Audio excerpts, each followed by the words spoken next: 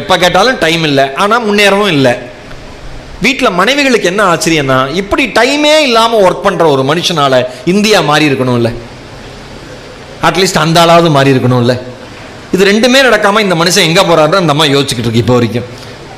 டைமே இல்லை டைமே இல்லைன்னு வழக்கமாக கணவர்கள் சொல்கிற மாதிரி பொய் காரணம் சொல்லி தவிர்த்துட்டே வரார். இந்த பொண்ணு என்ன பண்ணுது, பூரி ஜெகநாதர் கோயிலுக்கு ஒரு நாள் தனியாக கிளம்பிடுது, பயணம் மேற்கொண்டுருது. அந்த நினைவுகளாக வர விஷயம்தான் கதையாக வருது. அந்த பொண்ணை வந்து இரண்டாவது திருமணம் தான் அவருடைய கணவர் திருமணம். இரண்டாவதாக தான் பொண்ணு பார்க்க வந்திருக்கார். 12 வயசில் இரண்டாவதாக பொண்ணு பார்க்க வந்திருக்கார் இரண்டாவது திருமணத்துக்கு. ஏன்னா முதல் மனைவி அழகா இல்லைங்கிறதுக்காக, இரண்டாவது மனைவி அழகா இருக்கணுங்கிறதுக்காகவே அந்த குடும்பம் தேடி வந்து மிருனாளை பிடிச்சு இழுத்துட்டு வந்திருக்கு, கல்யாணம் பண்ணிட்டாங்க.